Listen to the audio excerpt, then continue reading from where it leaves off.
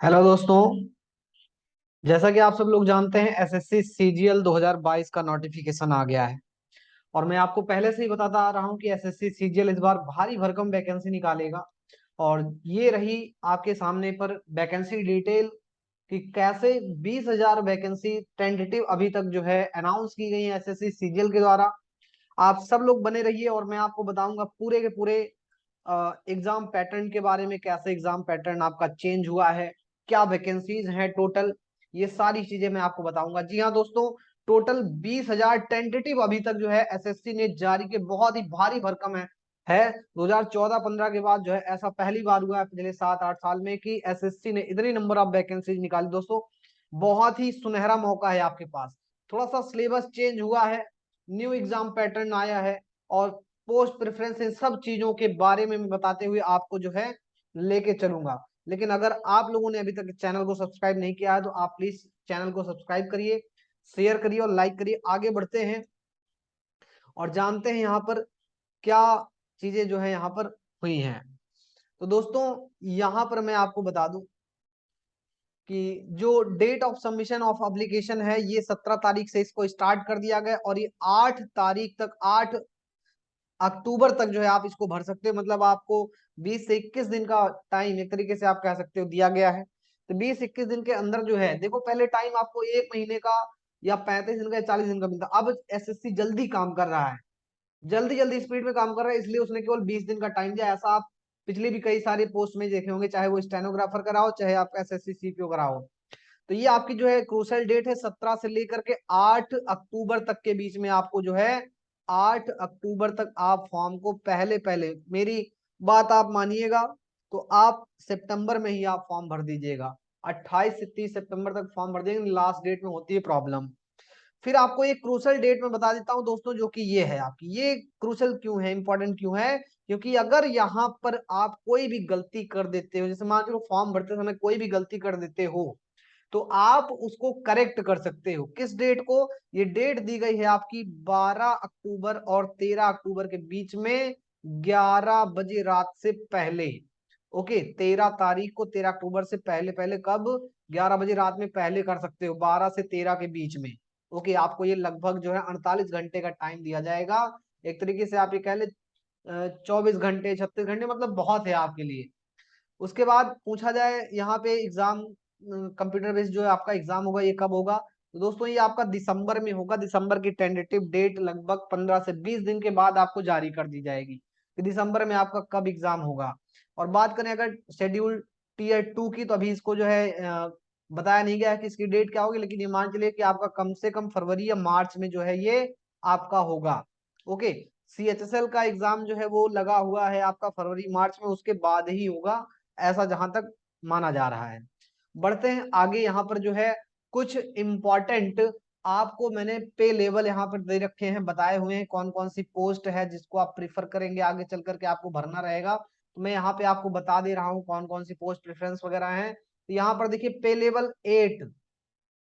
Okay, जैसे 7वां वेतन आयोग है, 8वां वेतन आयोग है, या पे लेवल वगैरह, तो देखिए यहाँ पर ये आपकी पोस्ट है, सबसे बढ़िया पोस्ट मानी जाती है आपकी असिस्टेंट ऑडिट ऑफिसर की, असिस्टेंट अकाउंट ऑफिसर की सबसे अच्छी जो है, इसी को माना जाता है। और यहाँ पर देखिए किस तरह की जॉब है ये आपकी गेजेटेड ऑफिसर की जॉब है दोनों ही। और ग्रुप बी में यहाँ पर आती हैं, जहां पर एज लिमिट वगैरह सब आपको बताई गई कि नॉट एक्सीडिंग 30 ईयर्स, मतलब 30 साल से ज्यादा नहीं होना चाहिए, नॉट एक्सीडिंग 30 ईयर्स मतलब इससे ज्यादा नहीं होना चाहिए। यहाँ पर पे लेवल 7 पर कुछ इंपॉर्टेंट आपकी जो है जॉब्स मैंने लिखी हुई हैं। असिस्टेंट सेक्शन ऑफिसर, ये ग्रुप बी में रहेगा, 20 से 30 ईयर्स है। Assistant section officer intelligence bureau में है, assistant section officer ministry of railway में है। ऐसी कई सारी पोस्टें मैंने यहाँ पर बता रखी हैं। यहाँ पर मैंने पे लेवल 6 पर कुछ पोस्ट दे रखी है, इन सबको आप देख लीजिए। जैसे सब इंस्पेक्टर है, कहाँ पर, एनआईए में है, ग्रुप बी की up to 30 years maximum age होनी चाहिए। सब इंस्पेक्टर कहाँ पर है, एनसीबी में है। एनसीबी काफी, आर्यन खान का जो है नाम उछल करके सामने आया था। एनसीबी इंस्पेक्टर अगर आप बनना चाहते हैं, किसी भी बड़े से बड़े सेलिब्रिटी के तक अगर आपका हाथ, अगर चाहते हैं आपकी मेरी पहुंच रहे, मीन्स आप जो है उसको गिरफ्त में लेना चाहते हैं, अपनी पावर दिखाना चाहते हैं, तो ये रहा आपके पास एनआईए, एनसीबी, ऐसी पोस्ट में आप जाइए, आपको जो है ऐसे बढ़िया काम करने का मौका मिलेगा। नेक्स्ट बढ़ते हैं, पोस्टल असिस्टेंट है, सीनियर एडमिनिस्ट्रेटिव है, टैक्स असिस्टेंट है, सब इंस्पेक्टर है, अपर डिविजनल क्लर्क है। ऐसी कई सारी अच्छी जॉब है जहां पर 28 से 27 सॉरी 18 से 27 साल की एज यहाँ पे मांगी गई है। बहुत सारी ऐसी पोस्ट है 18 से 27 साल मांगी गई है, ग्रुप सी की ये जॉब होगी। नेक्स्ट बढ़ते हैं, यहाँ पर कुछ वैकेंसी रिजर्वेशन के बारे में बताया गया है। तो वैकेंसी के बारे में जैसे मैंने कहा था, तो ये वैकेंसी आप देख लीजिए एसएससी के अपने खुद के, जो उनका खुद की वेबसाइट है उस वेबसाइट से ये डाउनलोड किया गया, आप उसमें देख सकते हैं। यहाँ पर 20,000 वैकेंसी के बारे में बोला गया है। There are approx 20,000 vacancy, however firm vacancies will be determined in due course, मतलब इसी दौरान जो है एकदम से डिटरमाइन कर लिया जाएगा। ये आपकी टेंटेटिव वैकेंसी, मतलब इससे ज्यादा ही हो सकती है। ओके, आगे अगर हम बात करते हैं, यहाँ पर देखिए कुछ इंपॉर्टेंट डेट दी गई, crucial date for claim of SC ST OBC EWS पीडब्ल्यूबीडी स्टेटस, मतलब आपका जो फॉर्म रहेगा ईडब्ल्यूएस का वो कब तक बना होना चाहिए। तो कहा गया ज्यादातर डेट दी गई है 8 अक्टूबर 2022 की। तो दोस्तों ये सब आपके जो सर्टिफिकेट हैं ये 8 अक्टूबर के पहले पहले बने होने चाहिए, जो कि मैंने आपको बताया था। ऐसे ही कुछ आपकी जो है इंपॉर्टेंट डेट्स आएगी। तो आपके पास ये जो सर्टिफिकेट 8 अक्टूबर के पहले पहले, अगर अभी आपने नहीं बनवाया एससी एसटी ओबीसी ईडब्ल्यूएस का, तो आप फॉर्म जल्दी से जल्दी बनवा लीजिए। उसके बाद नेक्स्ट हम बात करते हैं, यहाँ पे कुछ एज रिलैक्सेशन दिया गया है कुछ कैटेगरीज में। यहाँ पर परमिशिबल रिलैक्सेशन इन अपर एज लिमिट यहाँ पर दिया गया है, आप इसके अकॉर्डिंग दे लीजिए कैसे। एससी एसटी में 5 ईयर्स, ओबीसी में 3 ईयर्स, और पीडब्ल्यूबीडी में या पीडब्ल्यूबीडी ओबीसी में कैसे जहां पर दिया गया उसके अकॉर्डिंग आप देख लीजिए क्या छूट मिली है। नेक्स्ट अगर हम बढ़े तो एज लिमिट कहाँ से मेजर की जाएगी, तो ये बहुत ही इंपॉर्टेंट चीज है। और जैसा कि मैंने कहा था, चाहे वो एसएससी सीपीओ हो, चाहे एसएससी स्टेनोग्राफर हो, चाहे एसएससी सीजीएल हो, इन सब में एज जो है 1 जनवरी से ली गई है। 1 जनवरी से जो है ये एज सब में ली गई है। और ये 1 जनवरी कब का मांगा गया है, 2022 का या 23 का दोस्तों, ये 2022 का जो है 1 जनवरी है। तो जिन बच्चों की एज ओवर एज होने जा रहे थे, ओवर एज होने से बच गए हैं यहाँ पर, क्योंकि लगभग उन्हें 1 साल का जो है या 6 महीने का एक्स्ट्रा टाइम उनको दे दिया गया है। लेकिन जो नए बच्चे हैं उनके लिए भाई यहाँ पर थोड़ा सा ये एक तरीके से कह सकते हैं भाई, उनके लिए तो अभी आगे बहुत सारे मौके आएंगे, तो वो लोग बिल्कुल ना घबराएं। नेक्स्ट ईयर वो फॉर्म भर सकते हैं। लेकिन जो बच्चे ओवर एज होने जा रहे थे उनके लिए यहाँ पर है। तो कुछ देखो, मैं यहाँ पर एज लिमिट बताया हूँ 1 जनवरी 2022 के अकॉर्डिंग है। और यहाँ पर एज लिमिट आपको दी गई है कौन कौन सी पोस्ट के लिए। तो एक पोस्ट है जहां पर बहुत सारी 18 से 27 साल ग्रुप सी के लिए है, कुछ ग्रुप सी और बी के लिए है जहां पर 20 से 30 ईयर्स है। कुछ ग्रुप बी में ज्यादातर चीजें देखी गई कि 18 से 30 साल की उम्र मांगी गई है। और कुछ ग्रुप है आपका जहां पर 18 से 32 साल के बीच में जो है एज मांगी गई 1 जनवरी 2022 के अकॉर्डिंग। फिर बात करते हैं एजुकेशन क्या होना चाहिए, और एजुकेशन कब आपका जो है सर्टिफाइड होना चाहिए, उसमें लास्ट डेट क्या होनी चाहिए, मैक्सिमम डेट क्या होनी चाहिए। तो एसेंशियल एजुकेशनल क्वालिफिकेशन की अगर हम बात करें, तो यहाँ पर 8-10 मतलब 8 अक्टूबर 2022 को आपका जो है ये पूरा हो जाना चाहिए। 8 अक्टूबर 2022 को आपका एजुकेशन कंप्लीट होना चाहिए। जो बच्चे अगर जिनका फॉर्म अभी मीन्स अगर उनका रिजल्ट वेट कर रहे हैं, उन्होंने एग्जाम दिया हुआ है और रिजल्ट का वेट कर रहे हैं, उनका रिजल्ट जो है 8 अक्टूबर के पहले पहले आ जाना चाहिए। उनकी जो मार्कशीट है वो 8 अक्टूबर के पहले पहले जारी हो जानी चाहिए, ऐसा यहाँ पर दिया गया है। ओके, कहा गया है बैचलर डिग्री होनी चाहिए फ्रॉम अ रिकॉग्नाइज यूनिवर्सिटी और इंस्टीट्यूट, किसी भी जगह से आपकी जो है रिकॉग्नाइज बैचलर डिग्री होनी चाहिए बस। ओके, नेक्स्ट अगर हम बात करें जूनियर स्टैटिस्टिकल ऑफिसर के लिए, ये भैया टॉप मोस्ट जॉब है। और इसके लिए जो डिग्री दी गई, बोला गया bachelor degree in any subject from a recognise university, यही बस केवल एक डिग्री पोस्ट है जहां पर अलग से डिग्री मांगी गई है। और वो उसमें क्या होना चाहिए, बैचलर डिग्री में एटलीस्ट 60%, ठीक है। बोला गया है bachelor degree any subject from recognised university और institute with at least 60 marks in mathematics, मतलब कि मैथमेटिक्स 60% होना चाहिए एट 12th स्टैंडर्ड लेवल। ये बात कुछ समझ में नहीं भाई क्या कह रहे हैं, bachelor degree in any subject from a recognised university, bachelor degree होनी चाहिए और इंस्टीट्यूट या कोई भी with at least 60% marks in mathematics, okay, at 12 in standards level. मतलब कि यहाँ पे बोलना बोलना चाह रहे हैं कि बैचलर डिग्री होनी चाहिए, किसी भी सब्जेक्ट में from a recognised university, okay, या फिर 60% मार्क्स हो आपके मैथमेटिक्स में, मतलब आप कर सकते, दोनों में से कुछ भी कर सकते हो। ट्वेल्थ आप पास आउट हो तब भी, और बैचलर डिग्री रहे तब भी। ओके, ट्वेल्थ में अगर आपके जो है 60% मार्क्स है मैथमेटिक्स में और उधर है तब भी। आइए बढ़ते हैं, आगे बढ़ते हैं यहाँ पर। आगे बोला गया कि अगर आप एप्लीकेशन फॉर्म जो है करेक्ट करना चाहो, उसकी डेट जैसा कि मैं पीछे आपको बता चुका हूँ, वो कैसे करोगे, और इसके लिए भैया कुछ फीस लगेगी, ऐसे आप फ्री में नहीं कर सकते, इसके लिए आपको फीस लगेगी। और ये फीस की बात मैं यहाँ पे बता देता हूँ, यहाँ पे दिया गया, अगर आप जो है उसको करेक्शन करने जाते हो तो 200 रुपए जो है चार्ज लगेंगे, ठीक है, रिसबमिट करने के लिए। और अगर आप 2 बार उसको करते हो, जैसे एक बार किया फिर नहीं हुआ फिर 2 बार, तो भैया 500 रुपए चार्ज लगेंगे, और 2 बार के अलावा आप दोबारा नहीं कर सकते हो। इसके बाद अगर हम बात करें स्कीम ऑफ एग्जामिनेशन की, तो एग्जाम का जो स्कीम दिया गया है टीयर 1 का है ये। टीयर 1 का एग्जाम जैसा पहले था वैसा अभी भी है, बिल्कुल इसमें दोस्तों कुछ भी चेंज नहीं हुआ है। और अगर हम बात करें यहाँ पर, कुछ लोग कह रहे हैं क्वालिफाइंग नेचर का होगा, तो ऐसा अभी तक जो है कहीं पर देखा नहीं गया। आप जो है अफवाहों पर ध्यान बिल्कुल ना दें, अच्छे से टीयर 1 की एग्जाम की तैयारी करें, जैसा आपका टीयर 1 होगा उसी के अकॉर्डिंग वो आपका 21, जैसे आप जो है 19 लेवल की तैयारी कर रहे हैं, तो 20 या 21 लेवल की तैयारी आपकी जनरल इंटेलिजेंस रीजनिंग में, जनरल अवेयरनेस में, क्वांट में और इंग्लिश में, इससे 1 या 2 लेवल बढ़ के ही आएगा। लेकिन ये मत सोचना कि आपका जो है टीयर 1 का मार्क्स जो है टीयर 2 में नहीं जुड़ेगा। जी हाँ दोस्तों, अभी तक मैंने ऐसा कहीं पर भी जो है नोटिफिकेशन में नहीं देखा है। ऐसा कुछ भी होगा अगर, तो आपको एसएससी की वेबसाइट्स को ही देखना है, किसी के कहे अनुसार ये सब नहीं समझना है। आपको जो है ऑथेंटिक मैं बता रहा हूं कि ऐसा कुछ भी नहीं हुआ है कि क्वालिफाइंग नेचर कहीं पर बताया गया है। जैसा कि आपको बताया गया था, पहले 25 क्वेश्चन आएंगे, रीजनिंग में 25 क्वेश्चन आएंगे, जनरल अवेयरनेस में, क्वांट में 25 क्वेश्चन, और 25 जो है इंग्लिश में आएंगे। एक क्वेश्चन पे 2-2 नंबर मिलता है। इस तरीके से टोटल जो क्वेश्चन आपके होंगे वो 100 होंगे, टोटल मैक्सिमम मार्क्स आपके 200 होंगे। टोटल आपको 1 आवर का टाइम दिया जाएगा, मतलब 60 मिनट का टाइम दिया जाएगा। और जो डिसेबल्ड कैंडिडेट्स हैं, फिजिकली हैंडीकैप्ड हैं, उनको जो है 1 आवर 20 मिनट का टाइम दिया जाएगा। और जैसा कि यहाँ देखिए बोला गया, tier 1 will consist of objective and multiple choice question, the question will be set both in English and Hindi except for English comprehension, there will be negative marking of 0.50 for each wrong answer, मतलब 1/4। तो भैया अगर 2 number दिया जा रहा है तो 2 का 1/4 जब आप करोगे तो ये 0.5 ही आएगा, मतलब 1/4 ही आपके नंबर कट रहे, घबराने की जरूरत नहीं है आप। और आगे बोला गया कैसे आपका मार्क्स जो है, और कैसे यहाँ पर जो है नॉर्मलाइज किया जाएगा, तो नॉर्मलाइज जो है किया जाएगा जैसा फॉर्मूला इन्होंने बनाया हुआ है उसके अकॉर्डिंग बनाया गया है। और अगर आपको आंसर की आने के बाद कोई भी डाउट लगता है कि ये वाला क्वेश्चन को आप चैलेंज करना चाहते हैं, तो यहाँ बताया गया 100 रुपीज दे करके आप उसको आंसर की आने के बाद टीयर 1 पे चैलेंज कर सकते हो। नेक्स्ट अगर हम बात करें फिर जो आपका टीयर 2 होगा, टीयर 2 में यहाँ पर 3 तरीके के सेक्शन बनाए गए हैं।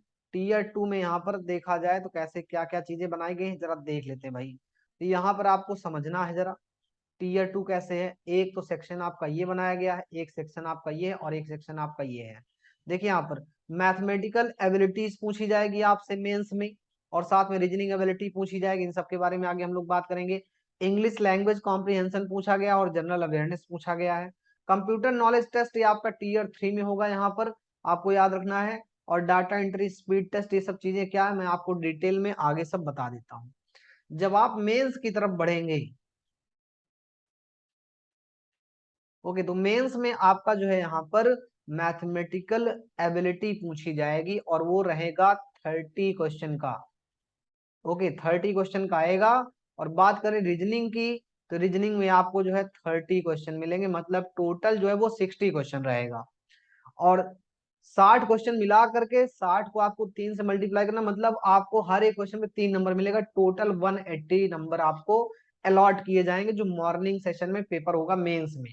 इसके लिए टोटल आपको 1 घंटे का टाइम दिया जाएगा, ठीक है। इसी 1 घंटे में आपको 30 क्वेश्चन ये और 30 क्वेश्चन ये, मतलब ये 60 मिनट में आपको जो है 60 क्वेश्चन आपको 1 घंटे में सॉल्व करने रहेंगे। बात करें यहाँ पर जो है मॉड्यूल, यहाँ पर जो आपका सेक्शन 2 का जो शाम में पेपर आपका होगा, इसके लिए क्या करना है आपको, यहाँ पर 45 क्वेश्चन आपके इंग्लिश के पूछे जाएंगे, ओके, और 25 क्वेश्चन जनरल अवेयरनेस के आपके जो है पूछे जाएंगे। और टोटल क्वेश्चन आपका 70 होगा, जिसपे एक क्वेश्चन में 3 नंबर मिलेंगे। टोटल 210 क्वेश्चन जो है 210 नंबर जो है मैक्सिमम मार्क्स दिए जाएंगे। इसके लिए भी आपके जो है कितना टाइम रहेगा, 1 आवर का टाइम आपको इसके लिए दिया जाएगा। आइए बढ़ते हैं आगे। जो बच्चे स्टैटिक्स या जनरल स्टडीज के अकॉर्डिंग जाना चाह रहे हैं, अकाउंट ऑफिसर बनना चाह रहे हैं, स्टैटिकल ऑफिसर बनना चाह रहे हैं, उनके लिए कोई चेंज नहीं किया गया। पहले के जैसा 100 क्वेश्चन स्टैटिक्स के या 100 क्वेश्चन फाइनेंस एंड इकोनॉमिक्स के आपके रहेंगे। 2 आवर्स जो है आपको टाइम अलॉट किया जाएगा इस क्वेश्चन पेपर के लिए, और 2 आवर्स जो है इसके लिए अलॉट किया जाएगा। नेक्स्ट अगर हम बात करें तो यहाँ पर जब आप टीयर 3 में आओगे तो टीयर 3 में क्या रहेगा, यहाँ पर कंप्यूटर नॉलेज आपका मॉड्यूल चेक किया जाएगा। 20 क्वेश्चन होंगे, हर एक क्वेश्चन पे 3 नंबर आपको अलॉट किए जाएंगे, मतलब टोटल आपको जो है 60 मिनट दिया जाएगा। 15 मिनट का जो है ये टोटल आपका होगा। फिर बात करें यहाँ पर data entry speed test module होगा आपका। डेटा एंट्री को कैसे जो है पूरा एक तरीके से किया जाता है, एक तरीके से कंप्यूटर नॉलेज होगी आपकी पूरी। यहाँ पर 1 डेटा एंट्री टास्क रहेगा, यहाँ पर 15 मिनट इसके लिए आपको दिया जाएगा। नेक्स्ट, तो यहाँ पर हम आपको बता दें मॉड्यूल सेक्शन 3 मतलब क्या क्या चीजें रहेंगी। कंप्यूटर का जो एग्जाम होगा आपका, वहां पर कंप्यूटर बेसिक्स रहेंगे, ऑर्गेनाइजेशन ऑफ अ कंप्यूटर, कैसे कंप्यूटर का ऑर्गेनाइजेशन बनाया गया, central processing unit, output device, computer memory, memory organisation, backup device, port, Windows Explorer, keyboard shortcuts, इन सब चीजों के बारे में आपको जानना रहेगा। ओके, सॉफ्टवेयर की बात करें, software Windows operating system including basic of Microsoft office like MS Word, MS Excel आपको चलाना आना चाहिए, पावर पॉइंट चलाना आना चाहिए। जैसा मतलब पिछला रिकॉर्ड रहा था SSC का, वैसा ही सेम यहाँ पे ज्यादा कुछ चेंज नहीं किया गया है। Working with internet and emails, हाँ ये जो है चेंज किया गया, ऐसा पहले नहीं होता था, अब यहाँ पर जो है ये चेंज दिया गया। वेब ब्राउजिंग मतलब एक तरीके से भैया आपको SSC वाले, ऐसा नहीं है कि आपको हलवा दे देंगे और आपको खाने को मिलेगा। बढ़िया एक रॉ एजेंट बनाने जा रहे हैं, आपको CBI का ऑफिसर बनाने जा रहे हैं, तो आपको ये सब चीजें पता भी होनी चाहिए। नहीं पता चोर आपके डेटा को हैक कर ले जाए और तुमको कुछ पता भी नहीं हो कि कैसे हैकिंग की जाती है, तो इसलिए थोड़ा सा सतर्क रहें। खुद भी जाने कैसी चीजें ये सब की जाती है, ईमेल अकाउंट कैसे चला जाता है, E बैंकिंग कैसी होती है, basic of networking and cyber security, मतलब वही जो मैं आपको बता रहा हूँ, हैकिंग वगैरह से कैसे सिक्योर हो सकते हो, कैसे दूसरे को हैक कर सकते हो, ये भी आपको आना चाहिए। मतलब पूरा फिल्मी दुनिया में जा रहे हो आप लोग, समझे कि नहीं समझे। तो एकदम अच्छे से तैयारी करके आपको पढ़कर जाना पड़ेगा। फिलहाल आपको पहले प्री के एग्जाम पे फोकस करना, ये सब चीजें आप बाद में कर लोगे। प्री का एग्जाम अगर आपका अच्छा जाएगा तो मेंस आपका डेफिनेटली क्लियर होगा। 3 महीने अभी आपके पास टाइम है, आराम से जो है बढ़िया से तैयारी आप करो और क्लियर हो जाएगा आपका।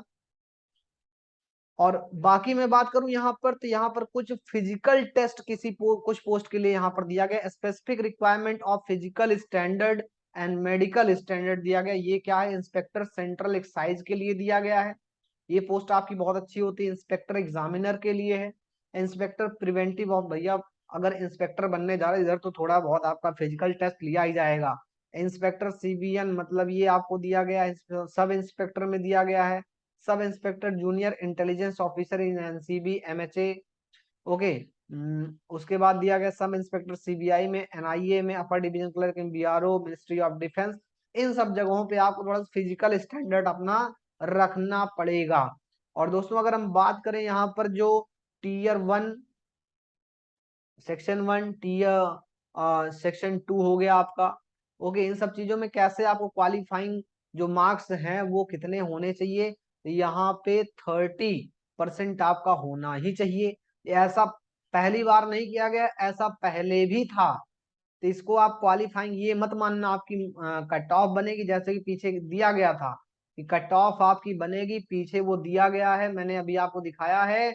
नॉर्मलाइज होगा आपका स्कोर तब बनेगा, नॉर्मलाइजेशन का मतलब ही वही है। तो यहाँ पर ये सब पहले से भी था, मैं आपको दिखा सकता हूँ। UR OBC WS में क्वालिफाइंग नेचर इतना तो था ही, लेकिन आपकी जो मेरिट बनेगी वो आपकी लगभग मान चलो 70 75 60 ऐसे आसपास जो है आपकी मेरिट बनेगी। ये पहले भी दिया गया था और अभी भी दिया गया है।